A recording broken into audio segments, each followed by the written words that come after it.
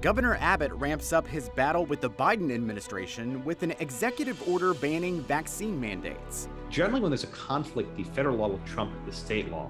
But I think Governor Abbott knows that. We dig deeper into the governor's order, federal policy, and the quandary facing Texas businesses caught in between. This is something that's going to affect every single one of us. Early voting starts Monday, and restrictions Texans face during the pandemic are on your ballot. Why you'll get to vote on issues affecting worship services and visiting loved ones in nursing homes. If you have a daughter that's stronger than everybody else, you are about to create a law where the opposing parent can say no fair. The controversial transgender sports bill moves closer to becoming law, why opponents say it comes with unintended consequences. Produced from the Capitol in Austin and airing statewide, this is the award-winning State of Texas. Hello, and thank you for joining us. I'm Josh Hinkle. Governor Abbott ramped up his battle with the Biden administration over vaccine mandates. He issued a new executive order banning public and private businesses from requiring proof of a COVID vaccine from employees or customers. Politics reporter Daniel Marin looks at the reaction and whether the order could hold up in the courts. The state of Texas could be headed for a showdown with the federal government over vaccine mandates.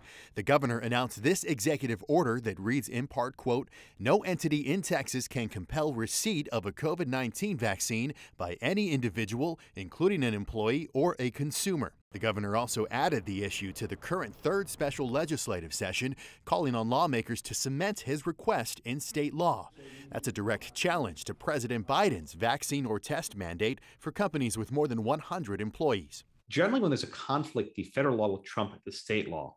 But I think Governor Abbott knows that, and he's using this law as a way to set up litigation against the federal government in the next few months. Constitutional law professor Josh Blackman says this could create confusion for local businesses and larger corporations like airlines, which have employees that cross state lines. I'm completely for it. Bob Woody owns several bars in downtown Austin and employs about 400 people. He says he's with the governor on this one. I think it's a smart thing to do, and the governor of Texas doesn't want to hold Texas down when it comes to coming out of COVID and all the problems that it's caused. Speaking on vaccine mandates last week in Chicago, President Biden said this. We know there is no other way to beat the pandemic than to get the vast majority of Americans vaccinated. It's as simple as that. Daniel Marin joins us now. Daniel, GOP lawmakers at the Capitol were ready to go on the governor's request. Yeah, they sure were. As of Monday, when the governor issued his order, there were already more than a dozen bills filed related to vaccines. Many of them were filed the very first day of the third special session.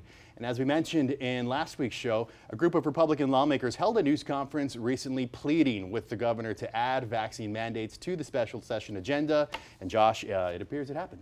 This week, you also took a look at how the executive order could impact nursing homes across the state. What did you find? Found a lot of confusion, actually. Nursing homes, like all private businesses in the state, find themselves caught between the governor and the president.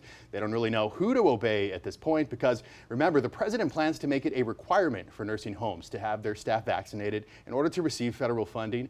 But nursing homes and assisted living facilities have already been losing employees.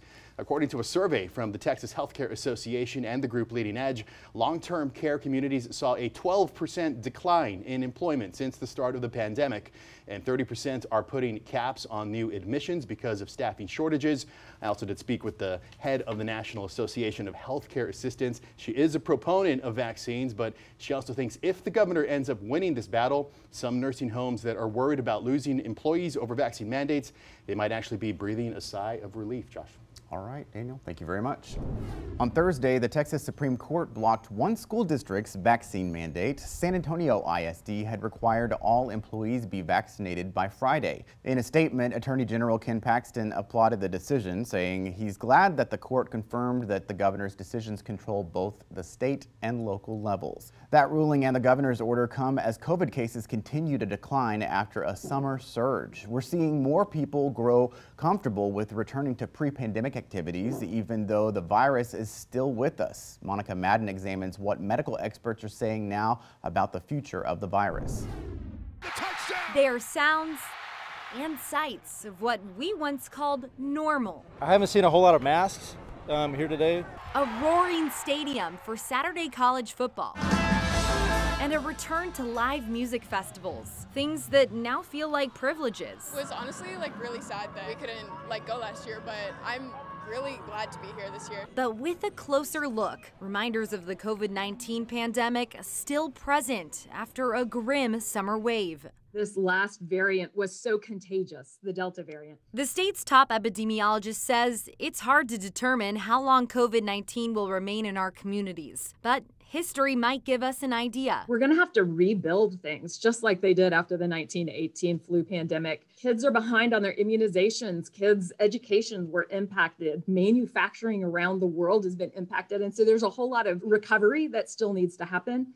But as far as the virus circulating, I think that it will become less impactful to our lives. This has been incredibly taxing for our healthcare system. Dallas physician Dr. John Carlo says the idea of the COVID-19 pandemic becoming an endemic, a disease that never goes away, is daunting for an already burnt-out healthcare system and society. I hope we don't get to that point where we sort of are settled with the idea that this coronavirus exists as what we'd sort of see as our flu season. I think the key differences in my mind is the mortality rate. He also says herd immunity has to be a global goal. We're not where we need to be in many places throughout the world, which gives us an ever-present risk, new transmissions coming back into our communities, but new variants. Monica Madden for State of Texas.